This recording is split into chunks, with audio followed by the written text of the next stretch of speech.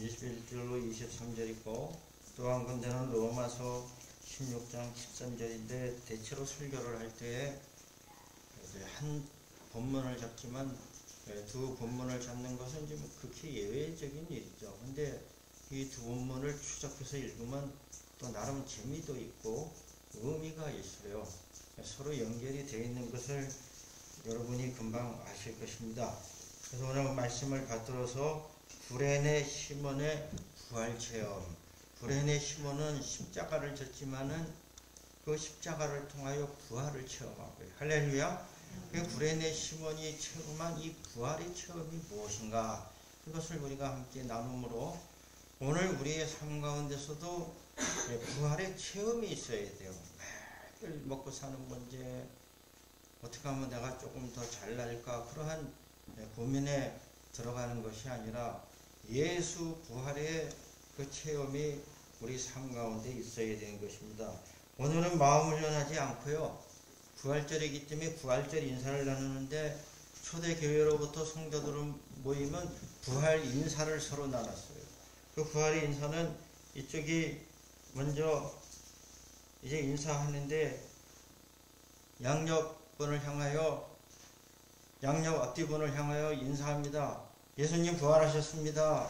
예수님 부활하셨습니다. 부활하셨습니다. 이제 응답하는 거예요. 정말 부활하셨습니다. 정말 부활하셨습니다. 부활하셨습니다. 얼마나 귀한 일입니까? 그리고 제가 이제 부활절 설교를 하면서 자료를 찾아보니까 독일의 루터교회의 전통은 부활절 예배 아침에 부활절 그 유명한 조크를 하는데, 부활절 조크가 여러 가지 있지만은 이 부활절 조크는 사망 권세를 이기신 예수님을 높이고 또 사망 권세를 주관하는 우리 원수마귀, 죽음의 세력, 어둠의 세력, 암흑의 세력을 조롱하는 것인데, 부활절 조크 중에 정말로 죽었다가 다시 살아나지 않을 것 같은데 살아나는 것이 무엇이냐? 그것은 너희의 자만심이라는 거예요. 너희의 자만심은 죽을 것 같은데 어느 순간 또 살아나서 그 자만심을 부리고 다니고. 근데 이 부활절에 엄청난 그 승리의 선언은 고린도전서 15장 55절에 사망아 너희 이기는 것이 어디 있느냐, 사망아 너의 쏘는 것이 어디 있느냐. 이 고린도전서 15장 소위 이 부활장에 생명의 선포를 하고 사망에 이기는 것과 사망에 쏘는 것은 다 지나갔다, 이러한 말씀을 주고 있는 것이에요.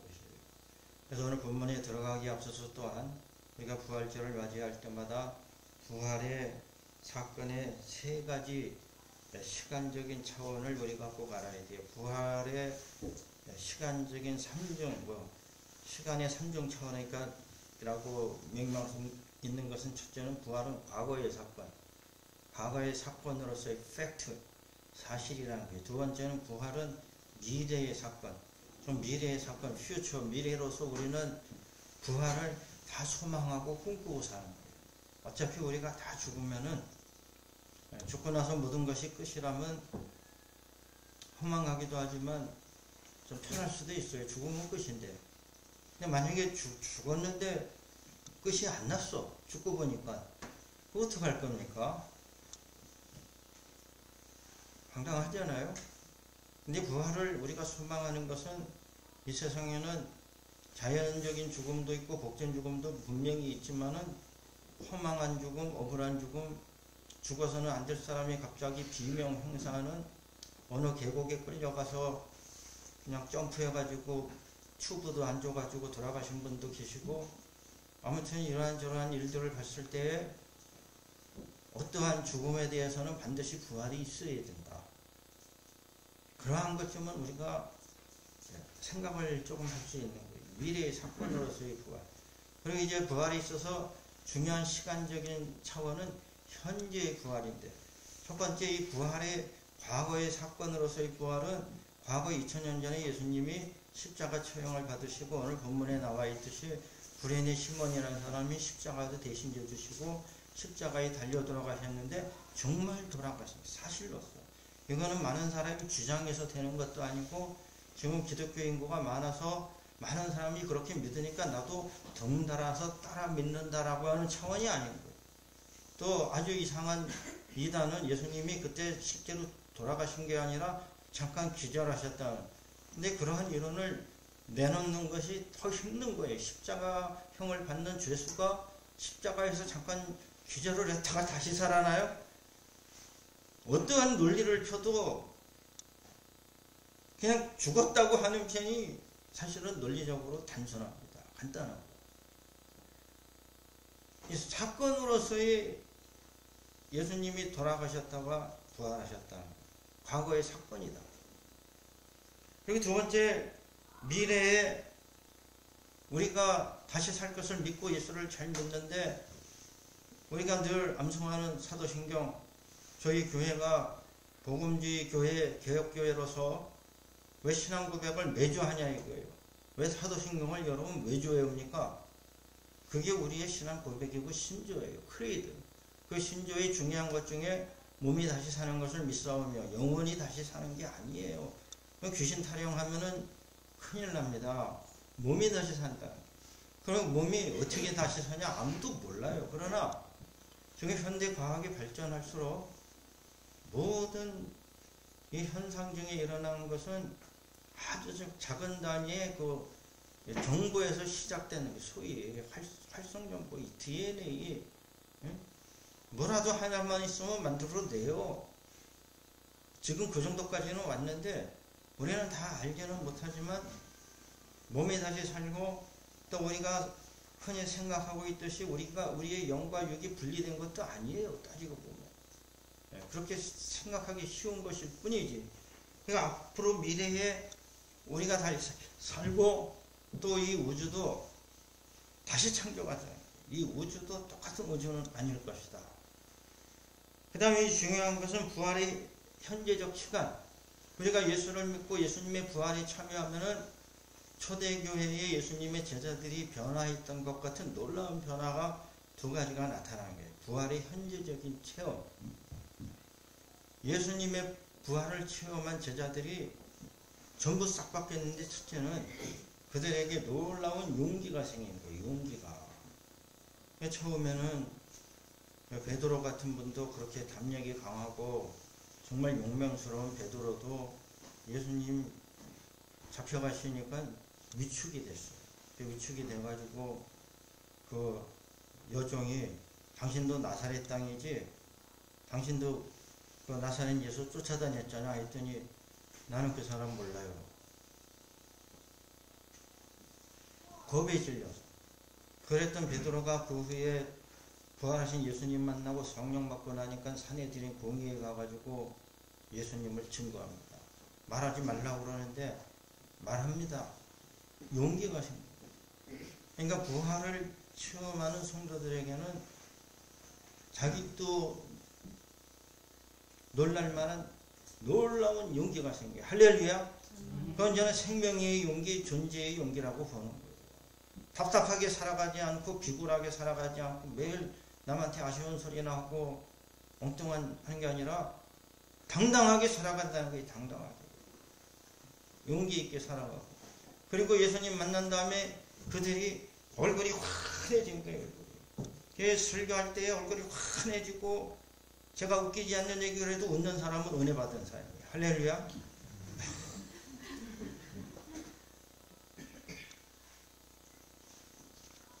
안 돼요. 그러고 살면은 오돈복도 도망가요. 근데 예수를 만나면은 기쁨이 넘쳐요. 기쁨. 저도 이 부족한 저도 예수님의 은혜를 받고 부활을 체험하면 조금 더 기쁘게 살아야 되는데 괴로운 일이 많아요. 그 목사님은 무슨 괴로운 일이 많을까? 근데 그 중엔 여러분들이 많아요. 찔리는 분들은 회개하세요. 아무튼 그러나 예수 믿고 예수님의 부활의 생명을 받으면 생명의 기쁨이 넘치게 됐어요. 할렐루야. 누가 뭐를 줘서 기쁘고 뭐 맛있는 거 먹어서 기쁘고 좋은 옷을 사서 기쁘고. 제가 뭐 얼마 전에 본 뉴스인데 우리 때는 하우스 푸어였어요. 하우스 푸어. 우리는 조금만 지나도 다 잊어먹는 습관이 있어요. 불과 몇 년 전에는 하우스 푸어가 이 사회의 문제였습니다. 하우스 푸어가 뭡니까? 어려운 영어 아니죠? 집거지. 집만 있고 거지야. 하우스 푸어. 지금은 젊은이들이 뭐예요? 카푸어래요. 그냥 외제차 타고 다니고 할부금 못 내면 중고시장에 내다 팔고 리스에서 또 좋은 차 타고 카푸어가 많대요. 그 좋은 차 사면 기분 좋죠? 얼마 갑니까? 기분 좋은 게. 뭐든 기분 좋은 거는 다 소멸하는 겁니다. 근데 예수님의 부활을 체험하면 생명의 기쁨이 넘치는 거예요. 삶을 향유하게 된다. 할렐루야. 그래서 이 부활의 현재적인 체험은 2000년 전에 제자들이 한 것이나 오늘 우리가 이 힘든 세상을 살아가면서도 예수님을 바라보고 경배하고 찬양할 때마다 삶의 용기가 생기고 그냥 할 수 있다는 마음이 생기고 딱 아무리 나를 슬프게 하는 사람들이 많아도 예수 믿고 위로받고 소망을 가지고 삶의 기쁨이 넘쳐서 주님께 나아가는 것. 이것이 얼마나 귀한 부활의 체험입니까? 오늘 본문에 보면은 이 구레네 시몬은 6월달에 예루살렘에 온 순례객인데 그 이름 앞에 구레나라고 하는 것은 지명입니다. 막달라 마리아는 막달라가 성이 아닙니다.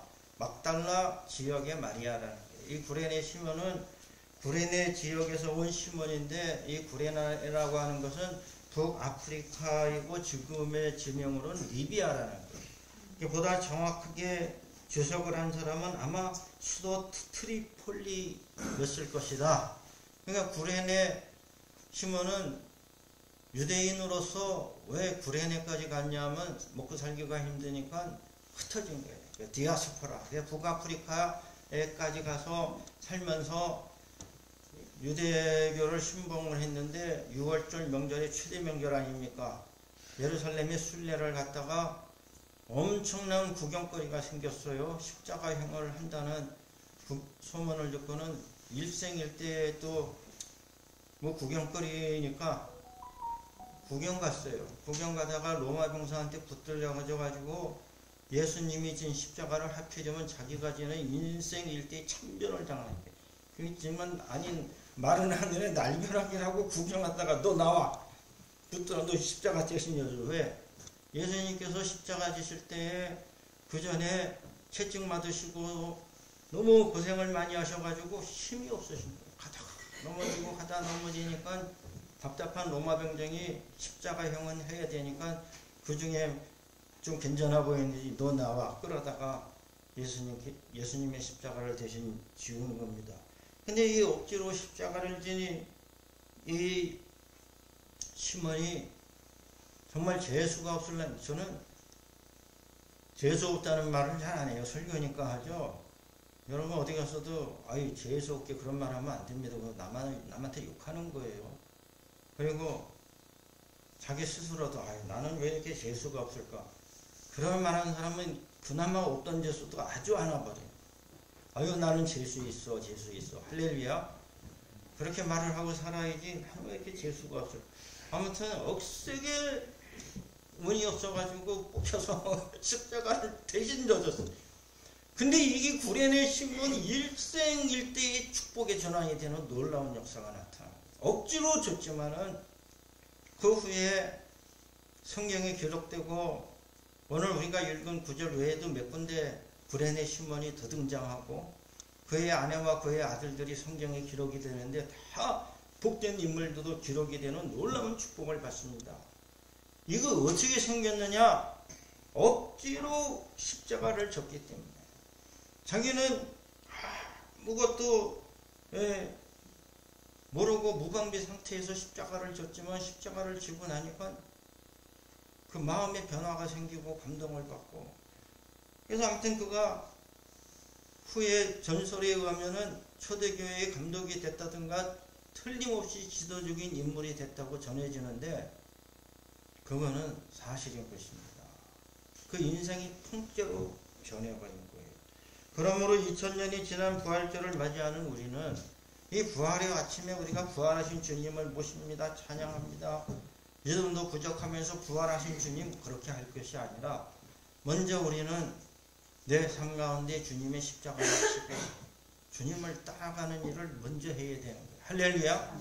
진심이든 억지로 하든 이왕이면 진심으로 자발적으로 하면 정말 귀하고 복된 일이지만 힘들고 어려워도 억지로라도 십자가를 지고 주님을 따라가면 불에 내 심모음과 같은 그것보단 조금 못해도 그와 같은 은혜가 임한다는 말씀입니다. 억지로 하든 자발로 하든 십자가를 지는 것은 무한한 영광이요 축복이요 하늘의 은총이라는 거예요. 서양에 내려오는 그 속담이나 격언 중에 아주 쉬운 영어가 있어요. 저 어릴 때부터 들었던 영어가 뭡니까? No cross, no C로 시작하죠? No cross, no crown. 저는 외우고 있어요. 십자가가 없으면 왕관도 없다. 십자가를 지지 않으면 높여지는 일도 없는 거예요. 예수님이 십자가를 안 지셨으면 지금 만왕의 왕 주가 되셨겠어요? 유대의 어느 지도자 있을 수는 있겠죠. No cross, no crown. 또 이와 같이 비슷한 얘기가 있는데 제가 아는 어느 분이 너무 힘들고 어렵고 자기를 괴롭히니까 그냥 입버릇처럼 말씀을 하셨대요. No pain, no pain하고 비슷한데 좋은 말 뭐 있어요? gain. No pain, no gain. 뜻 아시겠죠? 고통이 없으면 소득도 없다. 뭐 힘든 일이 없으면 얻을 것도 없다는 거예요. 만날 먹고 마시면서 내일이 잘 되고 부자 되고 자식이 잘 됩니까? No pain, no gain. 그러니까 그분이 습관적으로 힘든 일이 있을 때마다 자기 혼자 중얼중얼했다는 거예요. No pain, no gain. 그러니까 그 말을 못 알아듣는 그 시골 할아버지가 아니 당신은 왜 혼자 뭘 그렇게 중얼거립니까? 그랬더니 알고 없어요. 그럼 혼자 no pain, no gain. 여러분 세상에 아무리 힘든 일도 그저 버티고 잘 하면은 유익이 있는 거예요. 제가 일반적으로 말씀을 드려서 하나님은 우리에게 자유를 주셨고 우리가 하는 모든 일을 좀 자발적으로 자유롭게 잘하면 얼마나 좋습니까? 근데 우리 인간이 그렇게 자발적이고 자율적인 인간입니까? 우리는 상당히 타율적이고 감정에 휩쓸리고 엉뚱한 사고를 치고 돌아다니고 그리고 남이 시켜도 참 시켜도 안 해요. 시켜도 많습니다. 그런데 일반적으로 우리 인생이 좀 좋아지려면은 억지로라도 하기 싫은 일을 해야 됩니까? 하지 말아야 됩니까? 해야 되잖아요. 성공하는 비결이 love your work, love your job이라니까 너의 일을 사랑하라는데 어떻게 자기 일을 사랑합니까? 자기 일을 사랑하기까지는 얼마나 많은 수련과 노력이 필요할까요? 어느 수학자는 수식만 바라봐도 황홀하대요. 방정식이 그렇게 아름답다는 거예요. 그 지끈지끈 머리가 아파야 되잖아요. 근데 쫙 보면 우아하대요. 방정식이. 얼마나 노력을 한 거예요? 억지로라도 해야 할 일을 해야 된다. 일반적으로. 내가 좋아하는 일만 하고 살 수는 없다. 세상이 그렇게 안 돼 있고. 그 억지로 하기 싫은 일도 좀 하다 보면은 유익이 있는 건 뭡니까? 억지로 하다 보면 습관이 형성되고 좋은 습관이 형성에 대해서 그 일이 할수록 쉬워져요. 돌이켜보면 우리가 어릴 때에 좋은 모든 일들은 다 힘들고 억지로 해야 되는 일이에요. 심지어 씻는 일까지도. 피아노를 쳐요? 대부분 포기합니다. 왜? 억지로 하다가 이제 머리가 크면 말 안 듣고 안 하는 거예요. 하면 얼마나 좋아요. 어릴 때 어른이 돼서 하려면 얼마나 힘듭니까? 그러니까 억지로 하다 보면 싫은 일이 어느 순간 좋아지고 그게 좋은 습관이 되고 그것이 바로 내가 발전하고 성숙한 증거가 돼요. 그래서 세상의 모든 일이 내가 좋아서 이왕이면 좋아서 하는 일이 좋고 잘 되면 좋지만 어떠한 예외적인 일들 또 어떠한 일들은 억지로라도 해야 돼요. 억지로라도 내가 힘들어도 나를 쳐서 복종시키고 하물며 우리가 주님의 은혜를 알고 주님을 찬양한다면 내 삶 가운데 내가 져야 되는 십자가 기뻐서 집니까? 차별적으로 집니까? 억지로라도 져야 된다는 거예요. 할렐루야. 남 보고 지고 가라 그러지 말고 목사 먼저 지고 가는 것도 아니고 내가 내 십자가를 지고 주님을 따라가는데 내가 내 복을 받고 내가 부활에 참여하지 누가 대신 받는 거 아니잖아요. 억지로 십자가를 지라. 그래서 오늘 본문 말씀을 통하여 첫째는 21절에 이 구레네 시몬이 억지로 십자가를 대신 지는 충격적인 사건을 당하지만 그가 그 십자가를 지고 나서는 마음의 변화가 시작이 됩니다. 사람이 변화됩니다.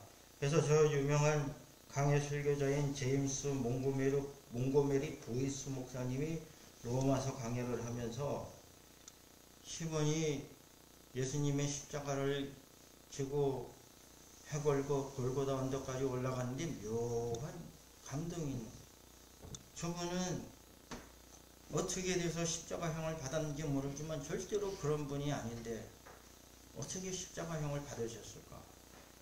그 짧은 만남이지만 예수님에 대한 호기심이 생기고 그리고 예수님이 십자가에 달려서 돌아가시는 장면을 다 목격을 했는데 예수님이 십자가상에서 말씀하신 가상 치료는 있잖아요. 7가지 말씀도 다 들었을 거 아닙니까?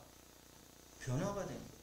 그 인격이 변화가 되고 삶이 변화가 되고 그리고는 집에 가가지고는 내가 억세게 재수가 없어가지고 십자가를 대신 지는 이 천변을 당했는데 내가 보니 그분은 하나님이 보내신 분 같아. 보통 분이 아니었어. 자기 아내 루프한테도 말하고 또 그 두 아들 누굽니까?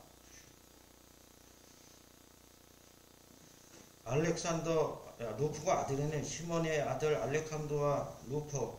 그 부인의 이름은 안 나옵니다. 성경에. 그러니까 두 아들한테도 말하고 부인한테도 말해가지고 예수님을 증거하고 그러다 보니까 나중에 갈수록 그분이 정말로 하나님의 독생 성자고 예수 그리스도라는 믿음의 확신까지 생기고 그 삶이 변하고 가정이 변화된 것입니다. 그러므로 오늘 우리도 이왕이면 자발적으로 십자가를 지고 주님을 따라가면 좋지만 날마다 자기를 부인하고 자기 십자가를 지고 주님 따라가라고 했어요. 그러나 그것이 안 되면 억지로라도 하면 저희 메시지는 억지로라도 해요. 억지로라도 하면은 하나님의 놀라운 섭리가 인해서 은혜가 내 삶 가운데 역사하는 것을 체험하는 줄로 믿습니다. 제가 읽은 글 중에 참 감동적인 글은 억지효도라는 글이에요.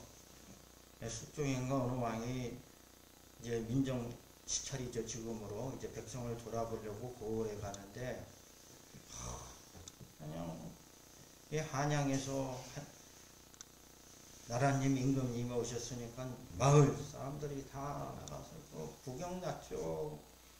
뺑가리 치고 나팔 불고 피리 불고. 근데 보니까는 어떤 젊은 남자가 자기 어깨 위에 어머니 무덤을 태우고 그러고 이러고 있는 거예요. 그러니까 너는 임금이 지나가는데 어머니를 왜 무덤에 태우고 너는 그러고 있냐 했더니 우리 어머니가 돌아가시기 전에 임금님이 행차하는 거 한 번 보는 게 소원인데 걷지를 못하셔서 제가 이렇게 어머니를 모시고 또 키가 작으실 거 아니에요. 무덤 태우고 이건 했더니 이런 효자가 어디 있냐고. 저 쌀하고 떡하고 고기하고 많은 상을 비단하고 상을 내려라. 그랬더니 옆 동네 살던 아주 심성이 고약하고 천하의 불효막심한 망나니 같은 아들이 있었는데 그 소문을 들은 건 자기도 배가 아파가지고 아니 그냥 싫다는 어머니를 강제로 끌고 나와가지고 억지로 우등을 태워가지고 그러니까 이 동네 사람들이 그걸 다 아는 거예요. 평소에 잘해야지. 그러니까는 또 지나가는 그러고 있으니까 물어봤을 거예요. 우리 어머니가 그랬더니 동네 사람들이 쟤는 아니에요. 일러 바친 거예요. 천하의 불효한데 왜 어머니는 저 싫다는 어머니를 억지로 끌고 나왔느냐 했더니 그 왕이 지혜로운 왕이에요. 효도는 억지로 해도 효도다. 나는 상을 주겠다. 억지로라도 효도를 해야 된다. 할렐루야. 왜? 좋은 일은 억지로라도 하면 복을 받는 거예요.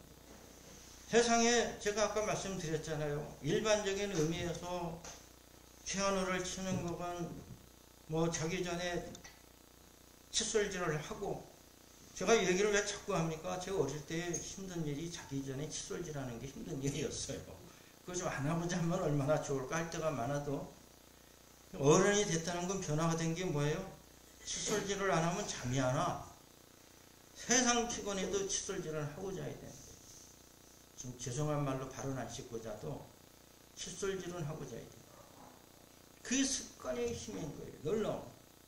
그러니까 억지로라도 하다 보면 좋은 일을 내가 처음엔 좀 위선도 조금 필요해요. 마음이 안 내켜도 그래도 억지로라도 하다 보면 자꾸 자기도 모르게 변화가 되고 감동을 받는데 오늘 우리가 예수를 믿고 예수님의 십자가를 바라보고 감동을 받으면 주님 은혜 주세요, 복 주세요. 매일 주일 와서 기도하면 복 받습니까?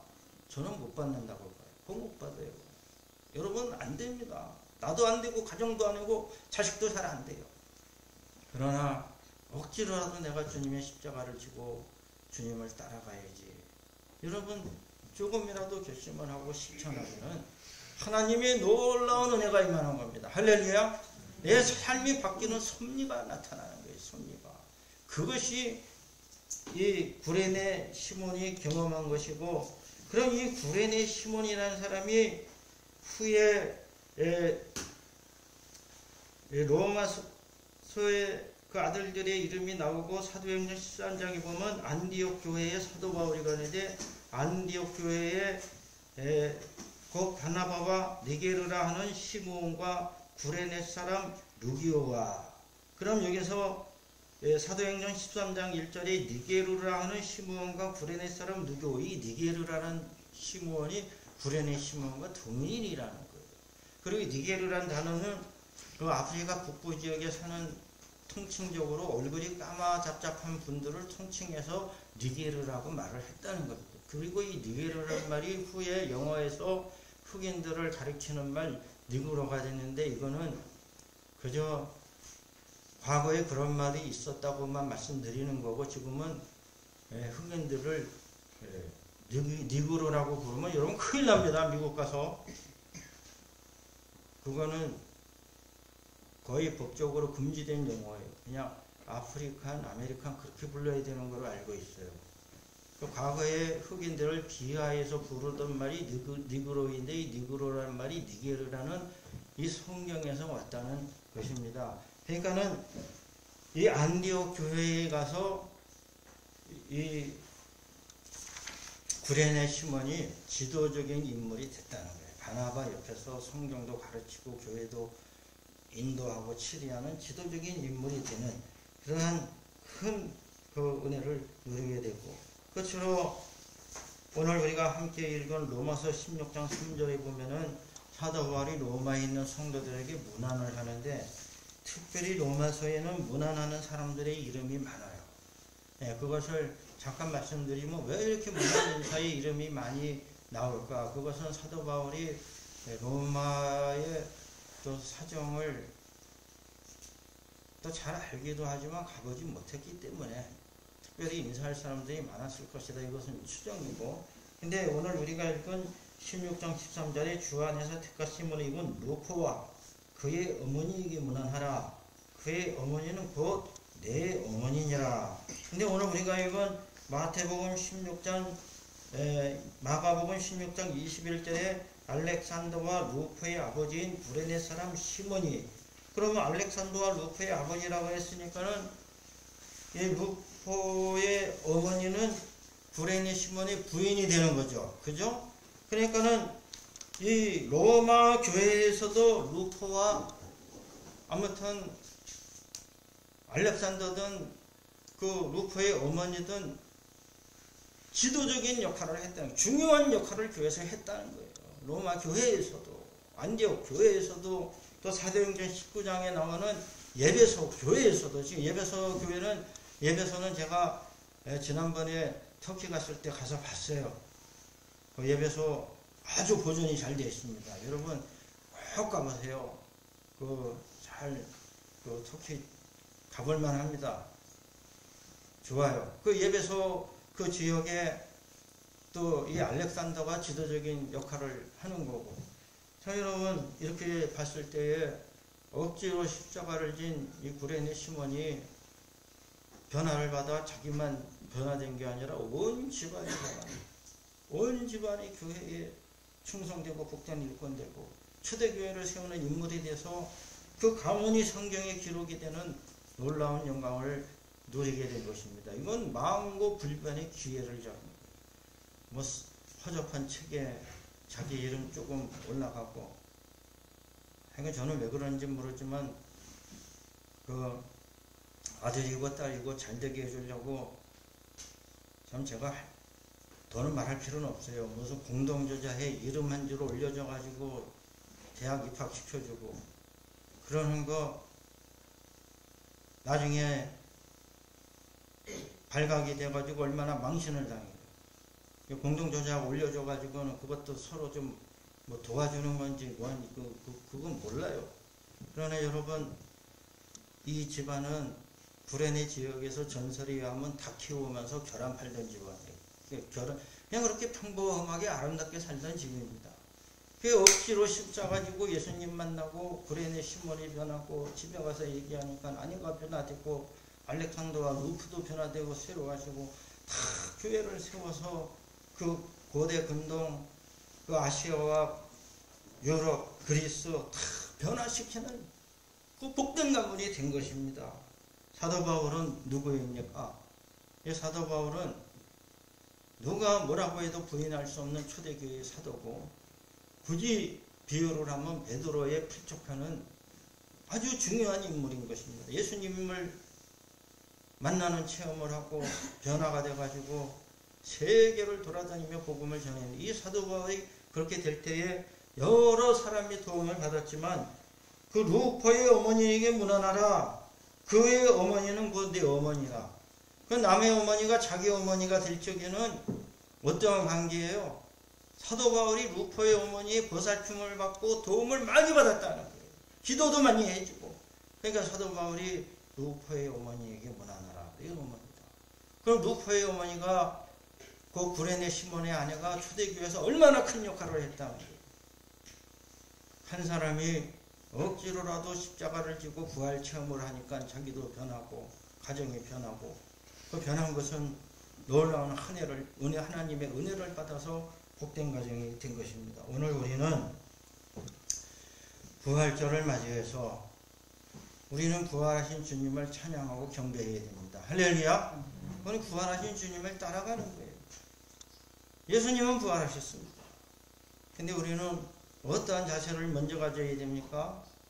내 삶에서 자기 십자가를 져야 된다는 거예요. 자기 십자가. 구레네 시몬과 같이 억지로 진분도 저렇게 복을 받는데, 우리가 예수님을 위하여 자기 십자가를 지고 주님을 따라가면 나만 잘 되는 것이 아니라 내 가정이 잘 되는 거예요. 내 자녀가 잘 되고, 그렇게 되다 보면은 이 사회가 잘 되고 이 나라가 잘 되고 복된 나라가 되고 복음의 국가가 되고. 오늘 우리 모두도 주님을 경배하고 찬양하고, 또 내게 주신 십자가를 불평하거나 원망하지 말고, 주님 왜 내 십자가만 이렇게 무거워요, 힘들어요, 그렇게 말하는 사람들 의외로 많아요. 그렇지 않은 것입니다. 자기 십자가를 지고 주님을 따라가면 주님께서 놀라운 은혜를 주시는데 참 복된 날을 주실 줄로 믿습니다. 그러므로 부활의 처음이 넘치는 여러분이 다 될 수 있기를 바랍니다. 기도하겠습니다. 하나님 아버지 감사합니다. 저희